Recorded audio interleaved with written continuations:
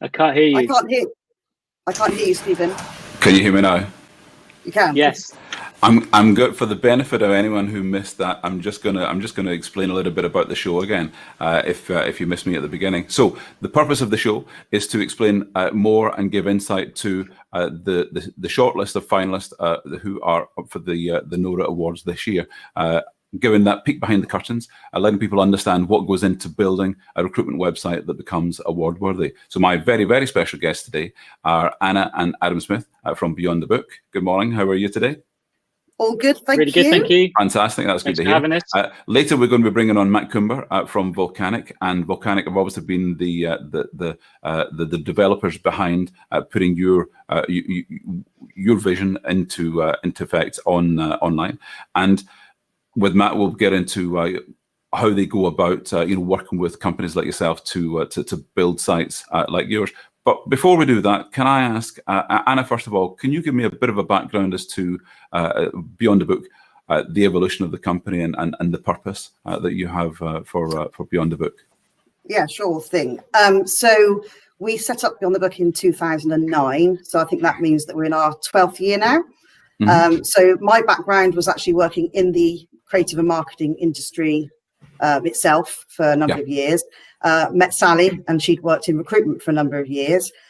So we decided we wanted to set up a specialist creative and marketing recruitment agency. Our kind of purpose, I suppose, was that, well, what we had quite a big belief in was bringing the principles of excellent account management into an industry that had high standards. So our purpose really has always been about raising the standards in an industry that has high standards. And we're still here. Bit of a tough year, but we're still standing. And we've got, I think, in terms of being a specialist creative and marketing recruiter, we've, knowledge is really important. So we've managed to build a team of very knowledgeable consultants. And so whether that is that our consultants have come from the industry like I did, or whether our consultants have a really good solid background in actually recruiting for the marketing and creative industry. And they're all fab. And all listening today. Hi, team. So here we are. So we're based in the Midlands. Our client base is actually quite broad now. So it's across the Midlands, Central England, and beyond. We are very committed to service. So candidate and client service and excellence in experience is really important to us. Always was. So I think when we started the business, we just. Well, there's two things really. We wanted to sleep well at night, running a nice business. So we're all human. So we just wanted to make sure that everybody had a really great experience with us. And also, I think kind of new business is very outdated in recruitment, and we wanted to build the business on reputation. And that's pretty much predominantly our reputation has been built on word of mouth, which is brilliant. Yeah. So it's very much a niche. From the very get-go, you decided this is your niche, and obviously you've come from that sector.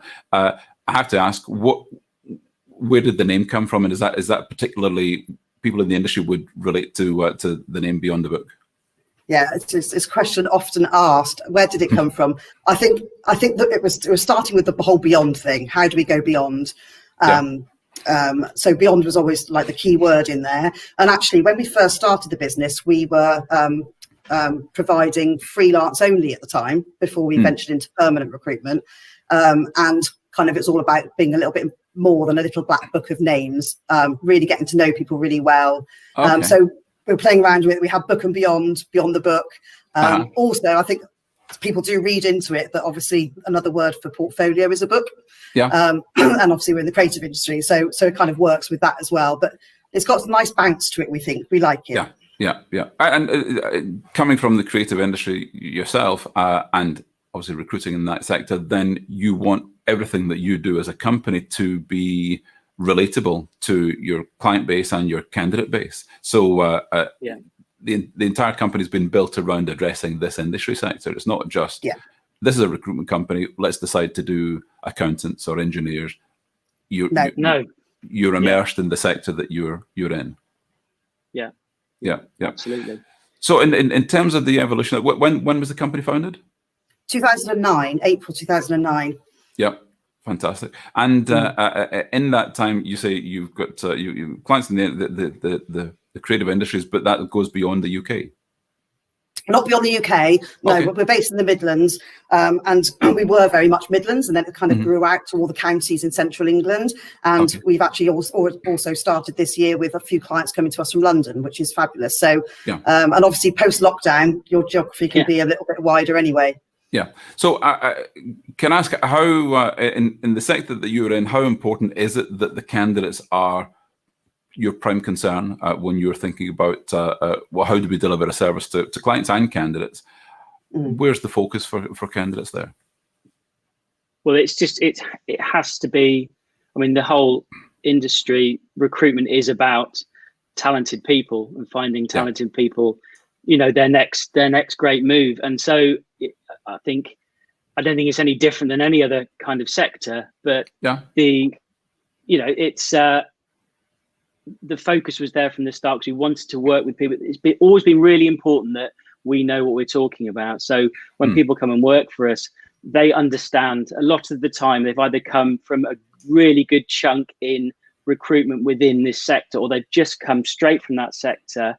And we will say, right, okay, we can see you've got the raw skills there to be a recruiter. We're gonna work on that, and we're gonna make you into a recruiter, I suppose, work with you on that. So that kind of knowledge is just so important, and that's been proven sort of time and time again. When you talk to someone, you know it's just obvious if you know what you're talking about. And so that's been, I think, since Anna and Sally set the business up, it's always been that focus. Just because that was, I suppose that's where comfort lay to start with, but it actually makes total sense. And as you learn more and more about it, you think, well, this is, of course, this is how recruitment has to happen. Yeah. So I think. Sorry, carry on.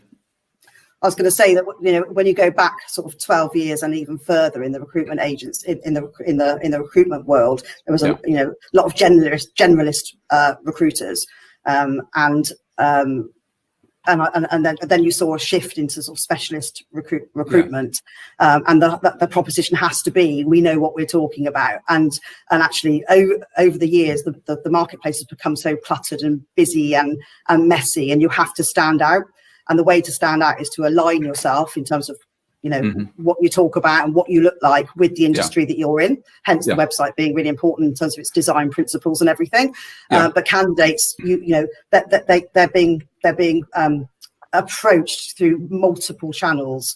Once upon a time it was email, phone call, one or two sort of industry job portals, and now the communication channels are very much open through various different ways. So we have to stand out, and one of the ways we do that is by sounding immediately credible.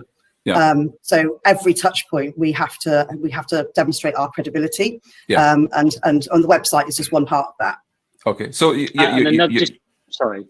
I was just going to say your credibility is obviously crucial to the market that you're addressing. People need to know that you know what you're talking about, and they need to know that not only that you understand the industry if you've come from the industry, or that you have intimate knowledge of your sector, because they're coming to you as the experts and they're putting their career in your hands, and they're asking for advice. You know, should I do this? Should I do that? And equally with clients in the creative sector, they'll want to know, well, the availability of staff. Am I looking for people at the right level here? I'm looking for jobs. I'm looking to fill jobs that is possible to find someone for this, and they'll be looking for that consultative approach. But yeah, on that credibility point of view, using your website to demonstrate, to literally show your credibility is obviously key to that. It is. Where was your website way back in the beginning? What was it like, and how has that evolved in time?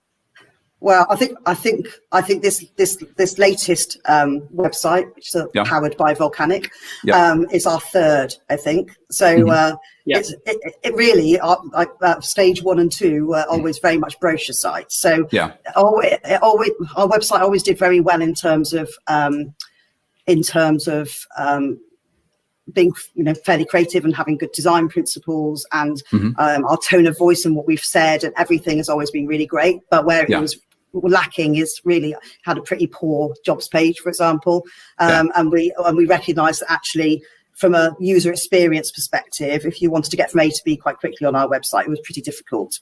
So we kind of moved from a brochure site into into one which is aligned to the recruitment industry, and so its functionality and its user experience is way better than it used to be.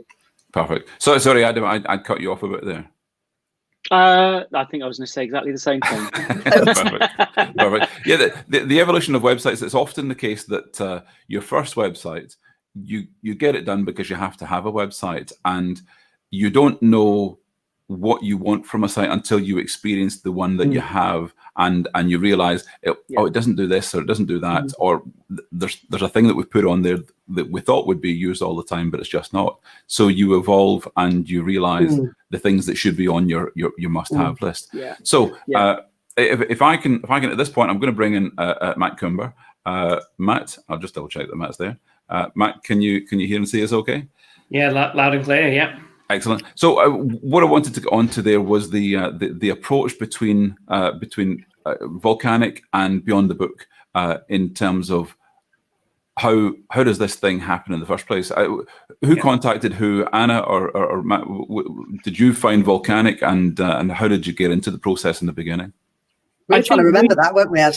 Yeah, I think we probably were thinking we need something that's a little bit more recruitment focused, and I imagine we started the conversation at one of the expos. That's normally how we kind of do it. But I don't remember 100%, but it would have been that really, and we'd have started to have a little look, but we tend to sort of do our research even before we start talking to people. So we didn't speak to many people, and so it, sort of Volcanic started to become more and more on our radar, really, just from other sites that we'd seen, just the way that we wanted to change and the way we wanted to work. Just kind of made sense. So started the conversation. Yeah. And Matt, from your point of view, what's the process when you're dealing with a new client of consulting with them and finding out what are their goals, what are they looking for, what do they need that's going to give them the site that's really going to perform for them, and of course their clients and candidates? Yeah, so it's a great question. So we spent a number of years kind of working, like the process for us starts through the sales process rather than starts with the project management and the kind of design and build process. Because if we don't kind of understand the customer requirements at the start, it's very difficult to then kind of pass that knowledge on through the business. So our sales team are all vastly experienced, either as recruiters or within this industry, been with us for a while. So a lot of the questioning that they'll go through is to understand exactly what our customers need. And we have varying offerings, basically, depending on the type of the customer. So we have an offering which is kind of very and unashamedly template driven, which is we use some really clever tools that we've built that kind of like act as like a site builder type tool. And that's perfect for customers who are probably a little bit earlier than where Beyond the Book came to us, who might be their first website, or it's their first like proper website, inverted commas, that they go for. And it's a very quick to deploy, kind of very cost effective type of deployment. Pick some templates, you can config them. We do then have the kind of other layer of our service, which is the more kind of customized, what I'd probably class as more of an agency type approach to building, which is where, the difference is that with our kind of entry level, we've got to go. You might deal with one person and they'll kind of judge, jury, executioner on that. They'll do the whole thing. Whereas at our pro level, you might have a team of 10 people, maybe more, that actually work with you on those websites. So really the actual process, can be as kind of structured or as quick or as customized or as flexible as we need it to be. But our sales team are very, very good at getting to the bottom of that and really understand what's right for the customer. And I think if you set it out right at the start and you kind of have a good understanding of where your customer wants to be, what their goals are, then very, very quickly you can get to the right end solution. I think it's always really important when people are speaking the same language, in terms of what they want and what they need. And I would imagine with Beyond the Book have more of an eye to the creative side of things, and obviously they want a site that's going to represent them well amongst creative people. So it has to have an element of flair. Anna, what were you looking for in terms of those flair elements that was essential for you and your new site? So Well, I think it had to achieve a few things, really. It had to, as we've talked about, align itself with the creative and marketing industry, and so kind of follow some great design principles and, you know, good copy and be engaging. And then outside of that, it was just really important that it showcased our values and what we're all about. So we had to get you know, kind of build the credibility through the site, and we've done that in various ways.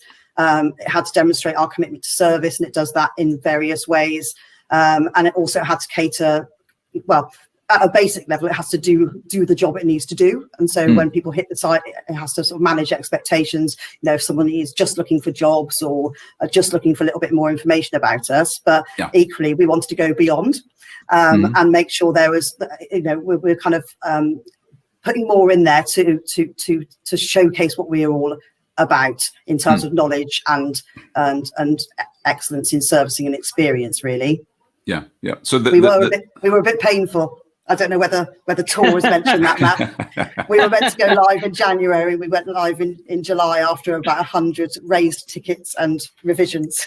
Yeah, I think that's the process, though, right? Yeah, I think it's a creative, iterative process, and we, you know, one of the things that we fully understand is that, you know, if your shop front isn't right, if this isn't the right thing for your business, then it's the wrong thing, right? And whilst we do kind of live by this kind of iterative approach, and sometimes we'll launch websites and then keep on kind of trying to improve them, I think we have to be realistic and say that sometimes our customers, you know, they'll want to spend more time in design, or they'll want to spend more time content writing than perhaps that they first anticipated right at the start of the project. So I think that you've got to be flexible. One of the things you said right at the start time was around your business. You decided to become kind of this niche specialist, kind of early days with the business, because there were so many generalists out there. That's no different than what we did when we started Volcanic. There were so many. There are so many web agencies. There are so many generalists that are actually out there. We decided to go that kind of like inch wide, mile deep in the one sector, which might have seemed crazy at the time, but it's worked out because, you know, we can build very specialist bits of kit. We can go through very specialist and very kind of like complex processes with our customers, exactly as you've explained, where maybe other agencies, maybe more generalists, might get frustrated with that process. I think we understand what recruitment agencies are like because we have thousands of them that use us. And I think that gives us that understanding that we never think our customers are a pain because we feel like all the time with where they are. On that side, the functionality was the bit that we were missing. So we quite liked what our site looked like, but it just wasn't delivering from a functionality, from a user experience, and that's really what attracted us to Volcanic, is that you guys understand recruitment and you could fill those gaps, the bits that we just don't know how to do, and that was really, really, really important to us. And another massive one, really, where Volcanic really stood out was the fact that, you know, we're in an ever, the world is moving at an incredible pace, isn't it? And your website can very quickly look really outdated and tired, and actually the fact that Volcanic, we take control of the content, means that we can change anything in a jot. And actually this year it just kind of proved itself, didn't it? Because everyone's had to pivot and change a little bit, and we were able to change our various services and all sorts on our site, ourselves, which was been. Well, a recruitment website, especially for a small recruitment agency, is a living, breathing thing. It should be changing daily with the content that's in there. Not only new vacancies, but new content that's reflecting the world around you. And the world around us has changed immeasurably in the past 6 months. So you would have to reflect that. And any recruitment company who didn't make any mention or address their candidates talking about what's going on in the industry would be seen as old hat very quickly. So having control of that content and being able to add whatever you want to any pages, any whether it be blogs or you've got separate parts of the site where you're giving industry insight to your clients and candidates, then that sort of thing demonstrates that you're on the ball. And when candidates are looking for a new job, they don't have a specific job in mind, but they're looking for an expert in the field who will advise them on what their options might be, or Absolutely. and maybe especially in the creative industries, you might have experience in one area of it, but you don't realize the places that your skills could be transferred to in different aspects of the same industry. So your experience comes in, then you can reflect that through the website. Yeah. And I think as a specialist niche agency, it's not all about jobs.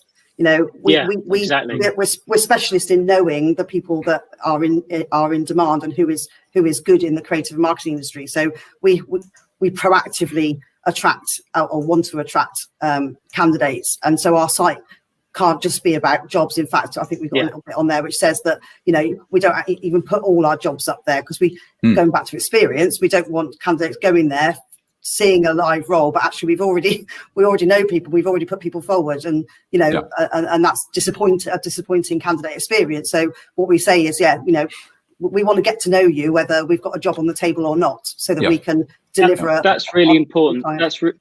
That's a really important point, that this site is there we want to attract and talk to and engage with fantastic people in our industry. And that's what it's got to do, whether it's a job that draws them in or just the fact that they would like to talk to someone about how they can, their next move. That's just as important to us. So, And more than anything, especially with a smaller recruitment firm, what you want to do is demonstrate your expertise, and the expertise lies in the experience and knowledge of your recruitment consultants. So being able to put them, you know, front and center, and allow candidates to see, you know, your expertise as well as potential clients. So having that front and center is a great thing.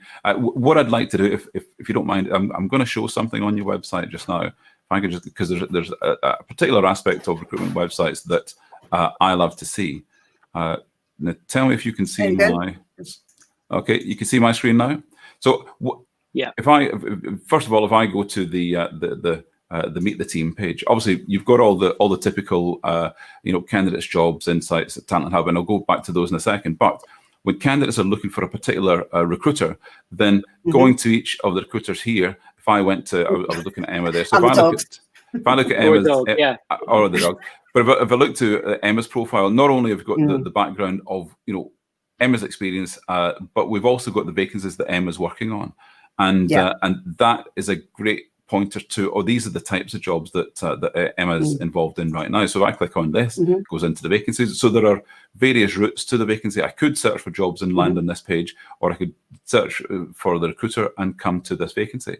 And that circular ability to see the recruiters.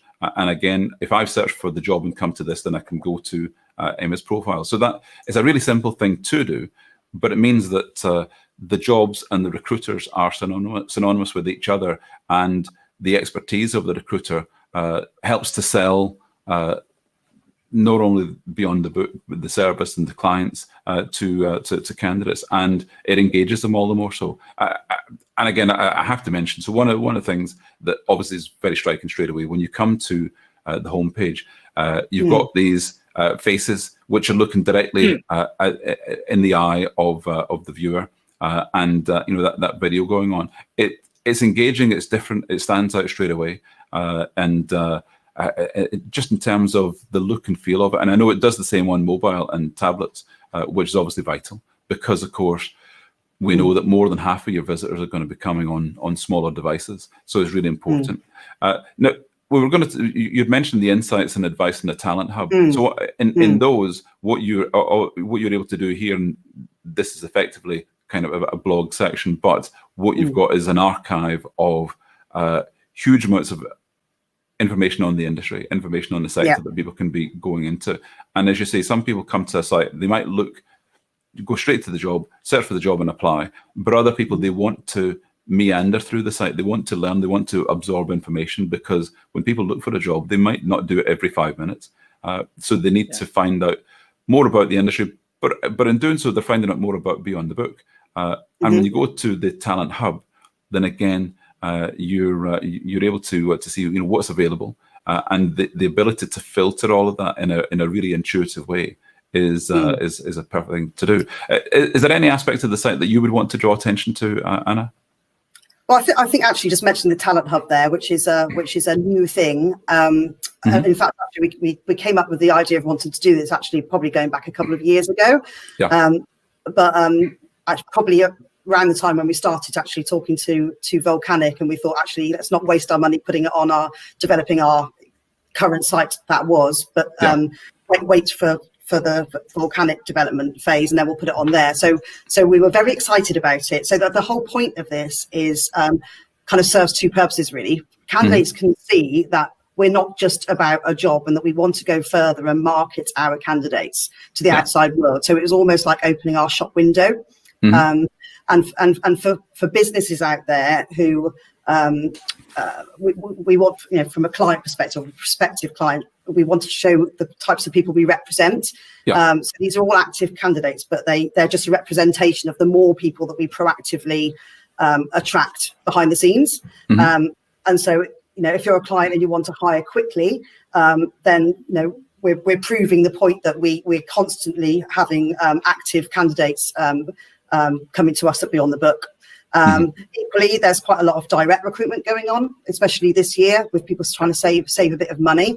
And actually, interesting, I think there was an awful lot of it we saw kind of through June and July, and then the sort of the projects we've had coming in have been, we had to go, gosh, that was quite labour intensive, and we need to focus on what we do best. And so in that regard, suddenly they're in a hurry because they've been trying to do their recruitment for quite a long time. So we're kind of proving that we can turn things around really quickly with no less rigor, obviously, and really good quality management. But you can come to us and we can do a market-wide search as is standard, or we can just look at our database, and we're trying to sort of align ourselves to client expectation, and actually. Perfect.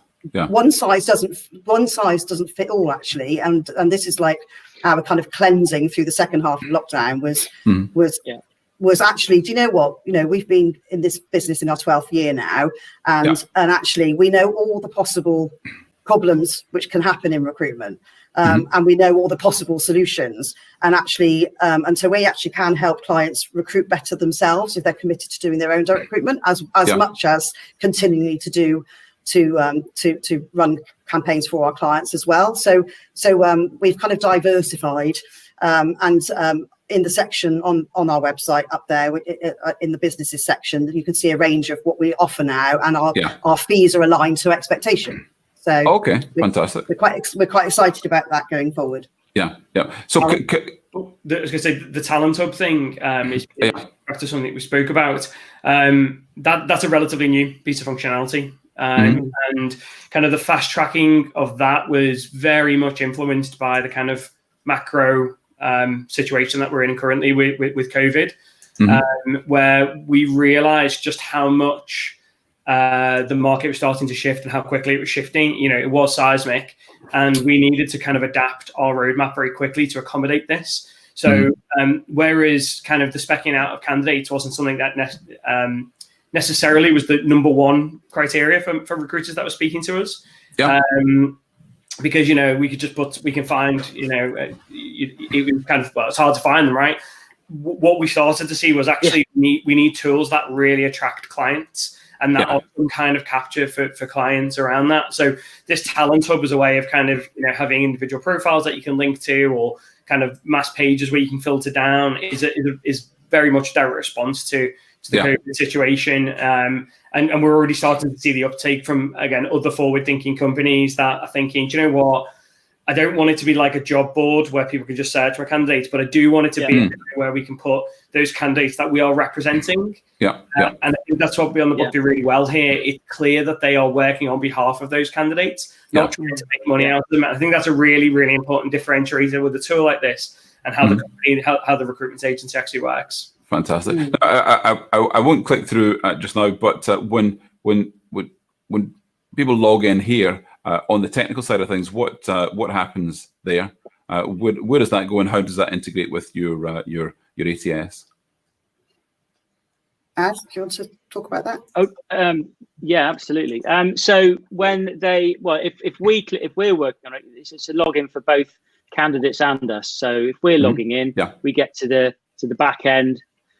which is, and we're not massively technical at all. And it really is very easy to use and get your head round, and just to be able to go in and either add those blocks of either jobs or insight articles and sort of upload those documents, changing images, but also just going onto pages. So we created a new freelance for business guide, so we can just get that on there quickly. We can create a new page. When someone says they are interested in it, we could collect an email address, and we've dead easy. We can do all that kind of stuff. And the other good thing is if we can't do it, because sometimes we do have questions about this, we can just go through the support system, and it's really, really easy to get those answers. So that whole side, I'm not just saying it, but it works really, really well for us anyway. Really quick, really smooth.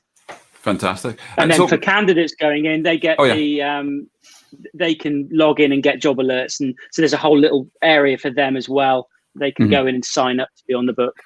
Fantastic. So, Matt, can I ask, you obviously got a perspective of many recruitment companies in the sector, large and small, and you'll have evolved the technical platform that the creative layer will be added on to, that obviously has been done here with Beyond the Book. In terms of evolution of technical advancements, what have been the big things in the past couple of years that you've seen that maybe were thought of 2-3 years ago but are now in practice now? And where do you see things developing in the next 12 months? I think the main change has been integrated systems and how they work together. I think that's been the kind of the biggest shift, really. And it's not a move towards necessarily self-serve, but it is definitely this kind of like channel shift approach. I'd say that's probably been going on for the last couple of years, where, instead of having a timesheet system that sits here, and we have a payroll system, and we have, XYZ systems that are all kind of separate portals. Like everyone has a portal for everything these days, don't they? And there are a lot of portals. Like just log into something and you'll see that. I think there's a real drive to bring that together in one place. So we've got customers that we work with where when a candidate logs in, we'll do single sign-on into multiple different systems, and that could be timesheets, could be scheduling systems, it could be onboarding systems to kind of present documentation for them to sign. So we're doing a lot of work on that side of things. I have been doing a lot of work. It's ad hoc because quite a lot of the systems are like one-off things in Belgium. You've never seen it before, and you think, right, okay, we're gonna have to kind of do a one-off piece of work for that. So we I think people talked about that, but we're still linking off to a lot of different systems. And I think now what we're seeing is that starting to really become realized, where it's kind of one system. I think at the same time is the synchronicity between those systems. So syncing things like your website with your CRM platform. So that if somebody changes something in the CRM, it updates the website and vice versa from that side of things, which is obviously then has a big impact on compliance with GDPR and things like that, which it's almost like remember GDPR, but it's still just as important as it was. And actually having those systems kind of work together is a good thing. I think people have shied away from saying, oh, it's not compliant if you capture any data in a website. And actually, it's completely opposite to that, really. It's just about how smart your technical solution is that enables you to do that, and then keeps all the systems actually harmoniously working together. So, that's kind of been a big driver. Future-wise, I think, undeniably, I talked about the talent hub. That's something that came from an immediate situation. And I think if you look at things like video, they're another good example of where video has been important, right? Maybe people didn't see how important video interviewing has become key. I think we'll see a lot more of that coming into the website. Same with chat, like AI chat and just general kind of chat tools. But for me, the key is about it being one-to-one kind of relational, like it being a personalized system. Chat can work for certain things like filtering out basic questions. That's when I talk about channel shift, moving from picking up the phone to doing something digitally. That's something that I've been part of for years. But I think that's going to be a key thing, but also going to the individual level. So when you're on a job, the chat pops up and it's the consultant, and you can live chat directly with that consultant immediately and provide that kind of next level one-to-one experience. People are already doing this, but I think it will become more mass market.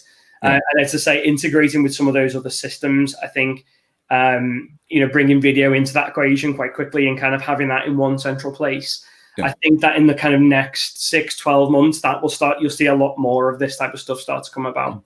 it really demonstrates that the partnership between the client, in this case Beyond the Book, and the developer is an ongoing thing. You're continually learning from them, but you're learning from all your clients, and the way that every website is used, you'll see the stats, the numbers, the heat maps on where people are using websites, what works well.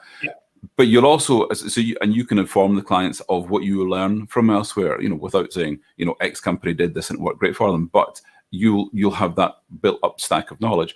But equally, each client brings to you feature requests, information on their market and what they think will work for them, and you're able to test and trial those feature requests and see how they work. And again, if they do, then that benefits all the clients on your roster.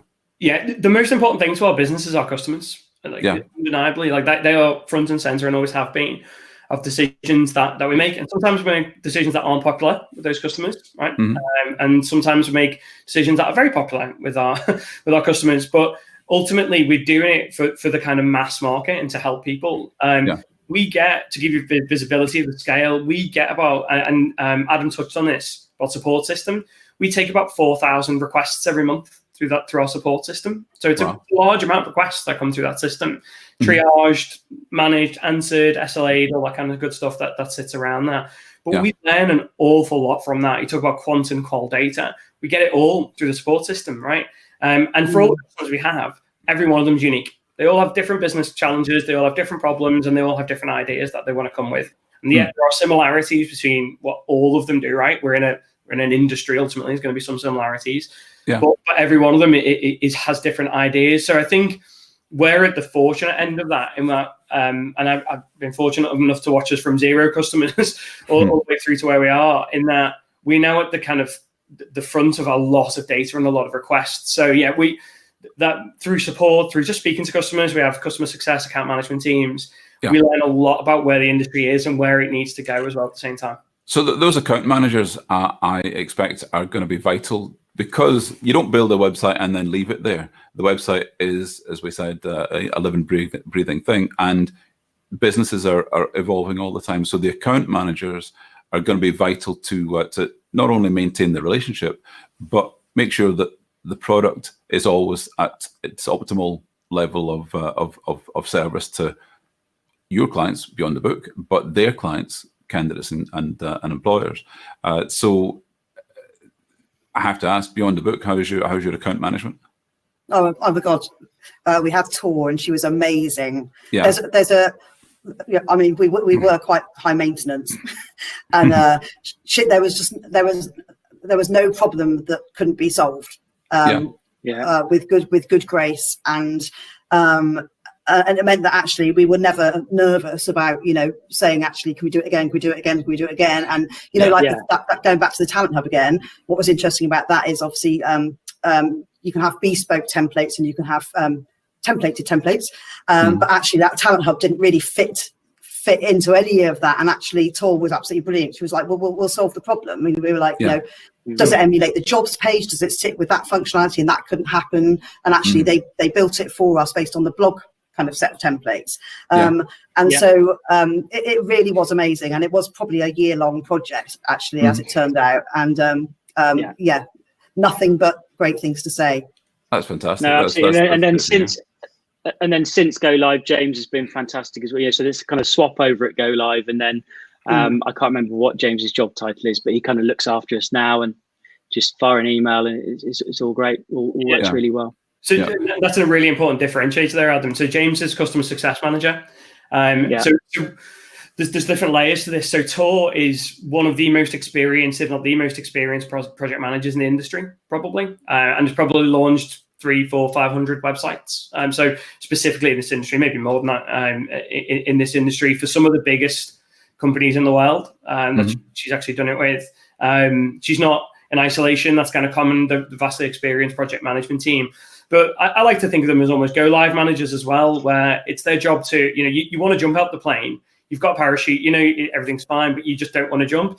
It's always brilliant to just saying, actually, kick, and you're out the door and you're out that plane. We do this a lot, and don't necessarily. So she's very skilled, and our team is skilled at that. And then James's skill is about, Stephen, back to your point, is once it's there, how do we then get more out of it? Yeah. What are we doing to stay ahead of the competition, and kind of making the most of it? And, if buying a website from us is getting a gym membership, then just like James as a personal trainer, you can get a personal trainer, and he's going to get you far more out of it. So it's great to hear that it's going so well. Mm-hmm. Fantastic. Well, it's clearly a success story on all fronts, and I'm sure that the candidates and clients really get the benefit as well as beyond the book. I've noticed on time we've come around. We're almost at quarter to 12. Is there anything finally that you would want to say that differentiates your site from others in the sector? Not so much the other finalists. We'll deal with that a week on Tuesday when the awards are on. But when you set out in the first place, what was the key thing that you needed the site to be that was different from those companies that you might be competing with? Authentic. I think. Yeah. Okay. Yeah. Sorry. Definitely authentic, so people can actually see real people and really hear that we care. Really important. So our tone of voice and how we talk, incredibly important. And go on, Ad. Sorry. Look and feel. So I was going to say, absolutely. I would say our tone of voice, and which we can go in so easily and change and modify and update and keep fresh. And then just the ability for it to look good.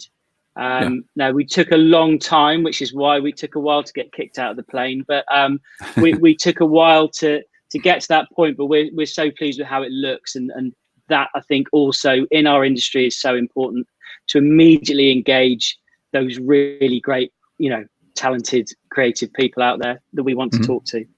Fantastic. And Matt, finally, when you're, as I say, looking forward, how many sites are on Volcanic at the minute? About 2,500, somewhere in that region. So in looking forward, obviously you're experts in this sector. What's the next thing that we can see coming up the line that's going to be an enhancement to what Volcanic have got on the table for new clients? So I think you're going to see a lot more of that type of integration work, kind of modular integration. I think you're going to see a lot more of that coming out, and kind of, the website isn't necessarily at the heart of everything that you do. That's more where a CRM would usually act. So it's then how we make it that really kind of tight component to it. I think you'll see more automation, things like that coming through as well. I think that'll probably be the next kind of bigger things that we start to launch. Fantastic. Now, I know that Volcanic have been behind over the past decade, have been behind. I can't think of the number, but lots of the finalists and winners who have walked home with one of these at the NORAs. There's every chance. Beyond the Book are obviously competing in one of the most competitive categories. We had this year, I think, over 160 sites that were for the best small recruitment agency category, more than any other of our awards. So it's very competitive, and each of them in their own way are fantastic examples of excellence in online recruitment. So with that, the awards event is going to be a week on Tuesday next week. I hope everyone's going to be joining us. There are more than one Volcanic site there as well, which is always great to see.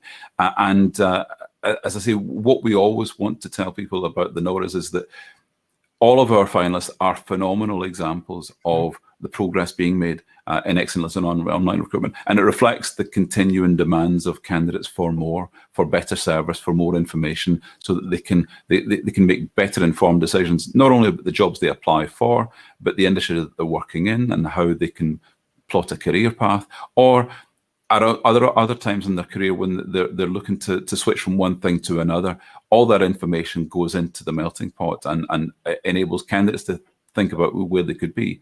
And at the same time, employers are looking at recruitment agency websites and understanding more about the industry sector that they are in, because often they concentrate on what they're doing. They have the blinkers on. They're not looking industry-wide, and they look to great recruitment companies to consult with them and let them know what's possible in terms of growth and expansion, or bringing new skills into the company. So again, great to see Beyond the Book doing exactly that, and of course Volcanic being behind it. So I'm going to wrap up the show.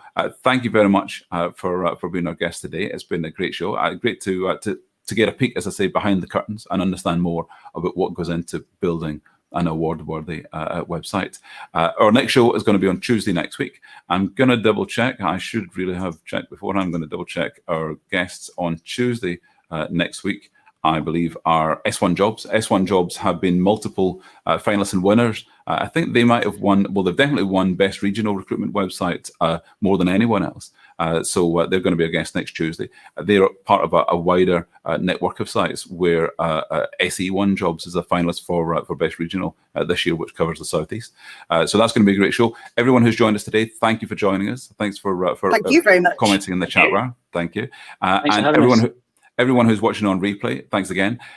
Please join us next Tuesday and next Friday. Every Tuesday and Friday, we're going to have shows on. But in the meantime, thank you very much, Matt, Adam, and Anna. You. It's been my pleasure having you on the show. Thanks, guys. Thank you then. Thank you. And I'm going to say Bye. goodbye. Thanks then. Bye. Bye-bye.